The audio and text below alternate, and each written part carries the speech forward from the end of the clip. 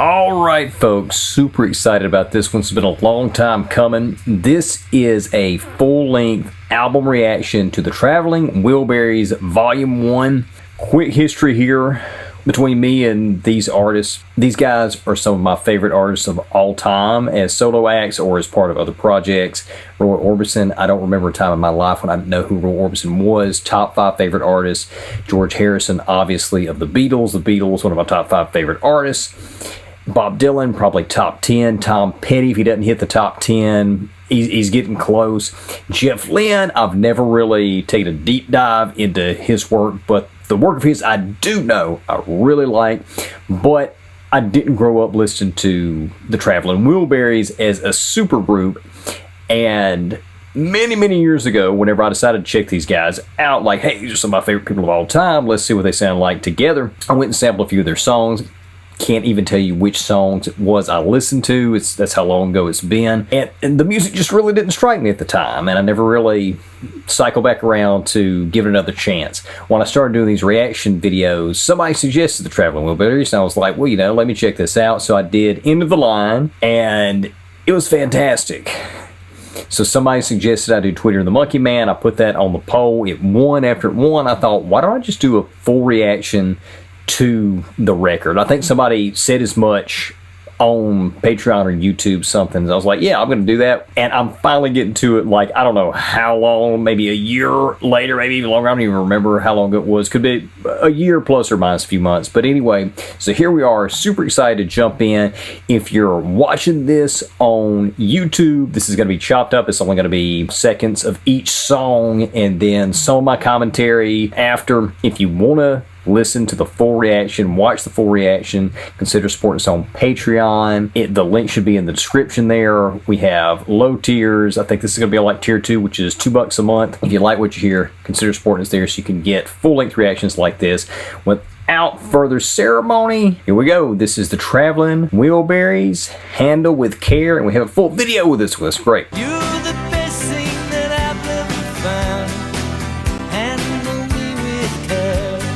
George's voice sounds great. Man, all 5 of those guys, just incredible artists again. And I didn't know if Roy was going to be in this video because I know End of the Line, he had already passed away when they shot that video, which is incredibly sad. Just a phenomenal talent. And he was in his 50s at this point, and his voice was still holding up so well. Their harmonies all sounded great together. One thing I've noticed, I don't know, again, I can't remember some of the other Wilbury tracks I listened to, but I don't really recall hearing Bob. I know Bob wasn't prominent on this one, and End of the Line, I don't remember Bob on End of the Line. So is he more of a side man for this project? I don't know. I guess we're going to find out as we get further into this record here. But that was great. It has this folk vibe to it. The production was very much a Tom Petty, Jeff Lynne co-produced song from this same era. Just this overall sound of the guitars. I feel like the song structure, some of the production choices, even the bass line a little bit there. And let's see who the personnel was in addition to the 5. Let's see. We have additional personnel, drums, who is Jim Keltner. Name sounds familiar, but I can't place it. Jim Horn also sounds familiar as saxophone. I don't think there's a saxophone in that particular song. Let's see here. So that's Jeff playing bass on that track. The whole thing was great from a songwriting perspective. Also the story here. Let's take a look at the lyrics. Been beat up and battered around, been set up, I've been shot down. You're the best thing that I've ever found. Handle me with care. It's got the theme isn't necessarily anything earth-shattering, not necessarily anything we haven't heard before, but the structure, the rhyme scheme, some of the line choices elevates it a little bit because it is a little bit more unique and interesting and different. Verse 2 here, reputation's changeable, situation's tolerable, but baby, you're adorable, handle me with care.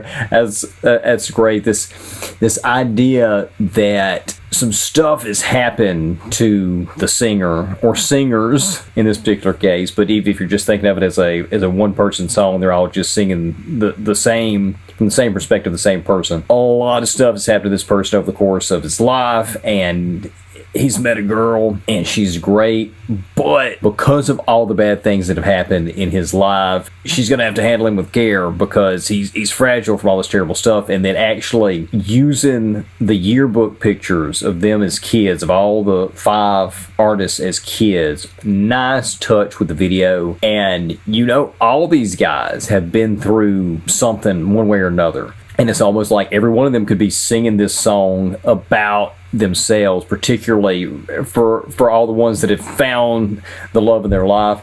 Yeah, great song. Easy to listen to. And this could have been one of the ones that I heard previously and was like, it's not really hitting me, but it's hit me now. That was great. That was great. All right, let's move on. This is Dirty World.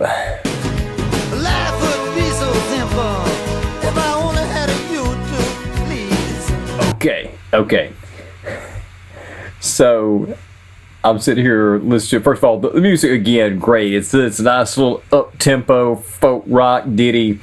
I feel like that was definitely Bob that wrote the bulk of that. Let's see if we got the credits here. Oh, I don't think I do. I thought I had who wrote what. Oh, it's all credited to the Traveling Wilburys as a group. It sounded very much like Bob had the verses there, just the phrases and the vocabulary choice. But anyway, so it's called Dirty World. It comes out. It seems a little risque here, but it gets down, and it sounds like he's talking about this is somebody else's woman that he's lusting after, and he can't have her. And then that last line of the last verse, he says, "You got to go to the airport now, and I'm going home and cry." So it's like she's leaving, but then whenever Tom Petty comes in and he starts using all these crazy, he loves your electric dumplings, red bell peppers. Okay, electric dumplings, I don't even know if that doesn't even make any sense, if that's actually a phrase that means something. Red bell peppers, okay. And then it says fuel injection, okay, service change, wait a minute, 5-speed gearbox, wait a minute. Some of this is nonsense, but then some of it actually gets into some kind of mechanical vehicle, a car, or even a plane. And it's like, is this whole time, was he talking about a piece of machinery? In which case, it's like the listener has been reading this as a very dirty thing. It's like, well, I was talking about a plane, or I was talking about a car. What did you think I was talking? If that's the case, really clever, really funny songwriting. I love we heard Bob, Tom, and George on that one. All right, moving on. This is Rattled. Let's do it.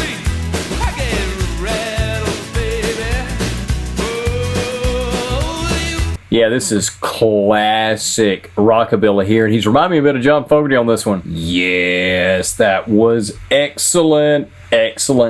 Again, this is a straight up rockabilly track, and it's interesting because out of all of these guys, the only one that was actually from that era, even though he kind of came in on the tail end of it after Elvis and Jerry Lee and Carl Perkins were established, the only one of this group that was actually there from that era was Roy. And I just wonder how he felt about bringing this style, this rockabilly style that he started out writing in. This is what he was trying to write, rock and roll rockabilly, whenever he first started out. And Ooby Dooby was really the only one of that set that really went anywhere. And then he started kind of making his stamp, developing his own style with some of the early tracks, and then gets into Only the Lonely, and then writing these big orchestral type arrangements, and that's when he became big. But anyway, I wonder how he felt bringing this kind of music back really 30 years later and doing it with this great group of musicians who had come after him. Of course, Bob and George kind of came right after Roy, and then Jeff and Tom. I just wonder what his perspective was on doing this song. I'm sure they had a blast doing it. Lyrically, it's just a standard type fun relationship type song, an Elvis type, early Elvis rock and roller, oh baby you got me rattled. But it's fun, it's infectious, it's catchy, just like the best rock and roll rockabilly songs of the period that they're coming from here. Absolutely loved it. Yeah, this is great. This is one of my favorite albums I've listened to in a while. Another one I did for the channel. All right, up next, this is called Last Night.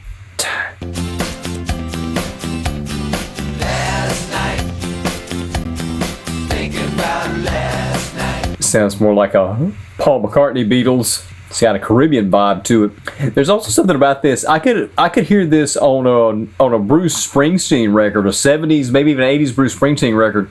It's also got a Zeppelin Jamaica / Fool in the Rain. Like if you merge those two together, which again, that's kind of the Caribbean vibe. Yeah. Yeah, so far, personal preference, that's probably the least of the bunch because it does have more of that Caribbean vibe. It's not really my bag, but I also like it for that reason because it gives a little bit of differentiation to the music from a creative standpoint, and I like it when artists mix it up a little bit. Maybe not too much, but a little bit, unless the point of the album is to showcase a bunch of different styles. But I did like that one. It reminded me, I mentioned earlier, it sounded more like a Paul McCartney, like an Obla-Di Obla-Da type track, something that John Lennon would have hated. And then also I heard some Zeppelin, Jamaica, Fool in the Rain, that Caribbean vibe that they got going on sometimes, some of their tracks. Those are a couple of my favorite Zeppelin songs, by the way. But anyway, good song, great vocals from Tom Petty and Roy. I like they had Roy doing the bridges on that, which was kind of unexpected. And I also like that last, I say bridge, I guess it was technically, they got it listed as a verse here. I wouldn't really call it a verse. It's almost like two bridges with two different bridges, which is interesting from a song structure standpoint. But he says, I asked her to marry me. She smiled and pulled out a knife. The party just began. She said, your money or your life. Really, really like that line. Yeah. All right, here we go. This is Not Alone Anymore. This is the halfway point of the record.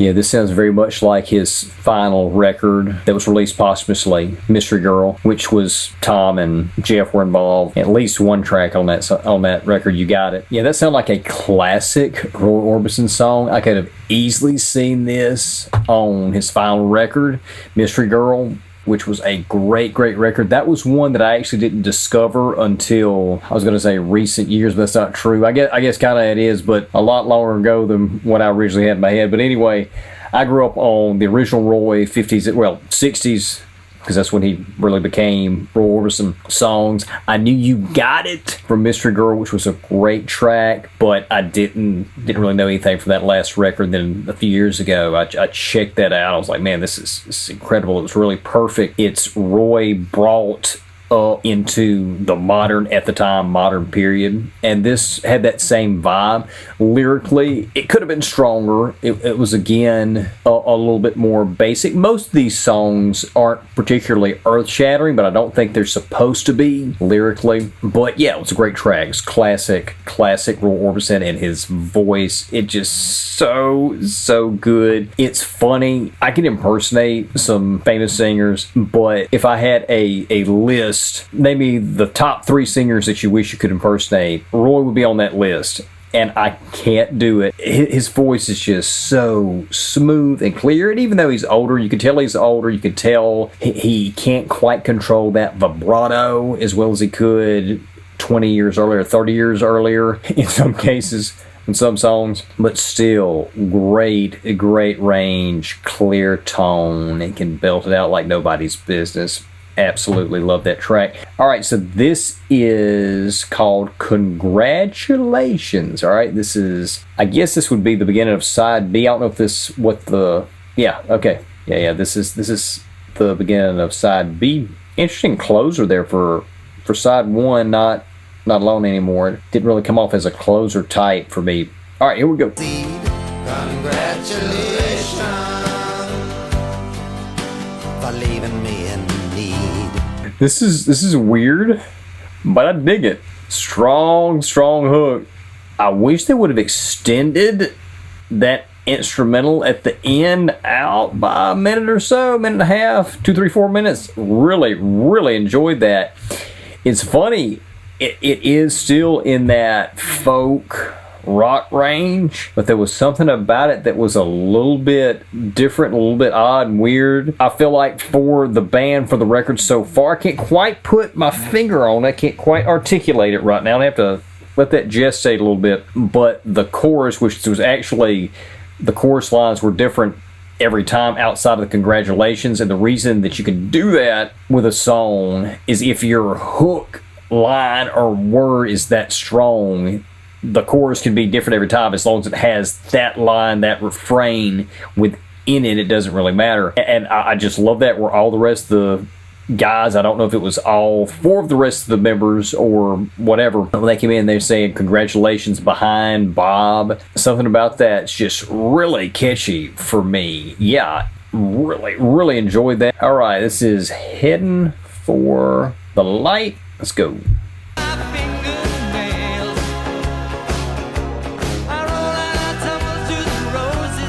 Very Beatles-ish. Yeah. That was great.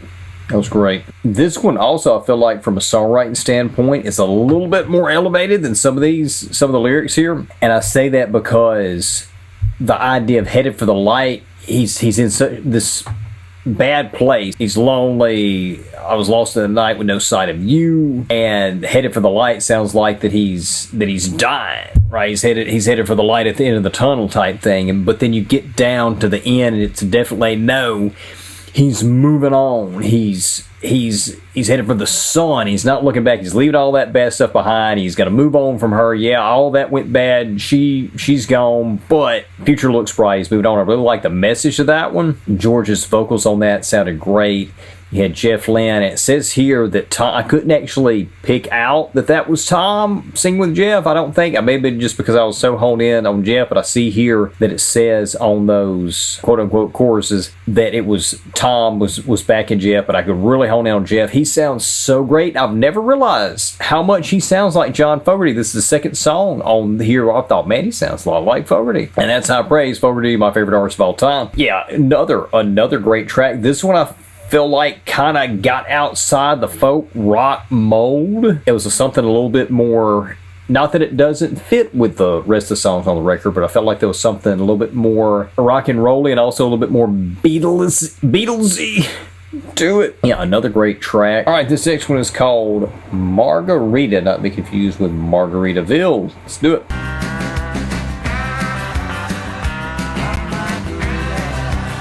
So that one was definitely different. It started out with that very 80s electronica sound, and then it ended up bringing up more of the folk rock acoustic instrumentation, and then it was kind of had a little bit of a mariachi vibe to it. There were 2 lines there. I'm not sure what language they were speaking there. It was interesting. It was different. It was short, weird, but I kind of liked it. So yeah, that was interesting.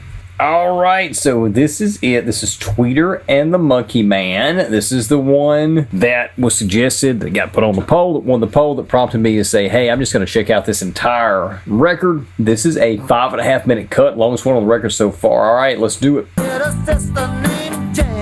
For reasons unexplained, she loved the Monkey Man.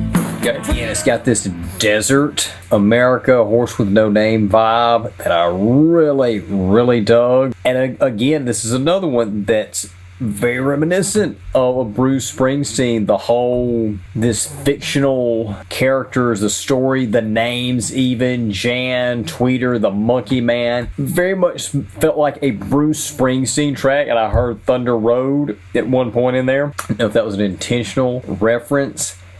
It's this entire story. This could have been one of those tracks that was made into a movie by itself because you had all the characters, you had the full story in there. It's for the record, this one was again another one that was a little bit different than most of the rest of the songs on the record. It still had that folk rock thing going on, and particularly in the production. The production pretty much has been coherent throughout the entire record. The only exception to that would probably be the electronics, the electronica, and the keyboards and the synths, and I can't remember what song it was now, but anyway. But yeah, I enjoyed that one. I enjoyed the storytelling on that one. I know exactly why this one was suggested, because that's right in that storytelling wheelhouse that I really dig. Yeah, great track. All right, so this is End of the Line, appropriate closer. This one I've already reacted to. This is the one I reacted to initially that started this whole Wilbury thing, and I'm going to do it again, but if you want to go see the full first time reaction, I will try to remember to put the link in the description on the YouTube video if you're watching this on YouTube. And If not, you should be able to Google Random Mind Records, Traveling Wilburys in the line reaction, or Cole Powell in the line reaction. I don't know, sometimes for some reason my name doesn't come up even though it's in the description, in the tags of all videos, whatever. But regardless, here we go. This is Into the Line to close us out.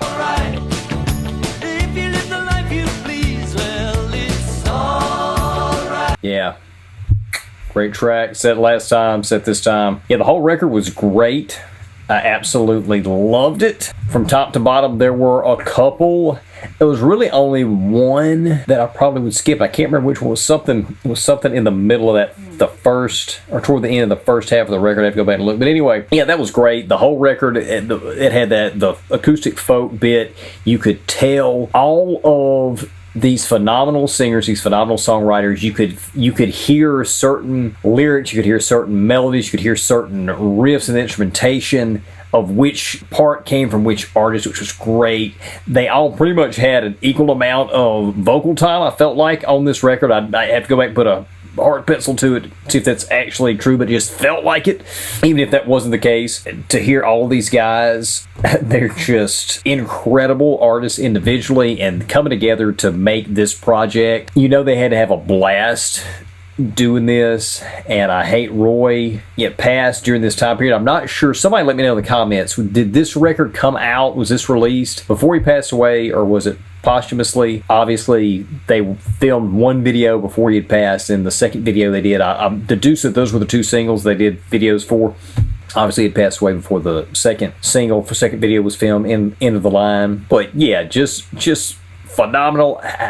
One of the greatest supergroups I've heard. Again, somebody who's a fan for these guys in the top, and I'm becoming a huge Jeff fan, if nothing else, because of his voice. His vocals are just phenomenal. I knew he was a great singer, but for some reason, the tone of his voice, the sound of his voice, really hadn't hit me in the past like it's been hitting me listening to him on these tracks. Absolutely love this record, and there is a Volume 2, Wilburys Volume 2, and I hope to check that out if that's something you would like to hear. Let us know in the comments if you're watching this on YouTube or Patreon. And I hope to do more of these full-length album reactions. It's one of my favorite types of reactions to do, where I sit down and check out an artist in a single setting, the full record in the way it was meant to be heard. And I hope we do more of these. And we do appreciate all those who support us on Patreon. If you're watching us on Patreon, you just got through listening to the full, unedited, other than some technical difficulties cut out version of this reaction. If you're watching on YouTube, it was chopped up. If you want to see the full thing, consider support us on Patreon for basically nothing. You can get the full reaction. And that'll do it. See you next time.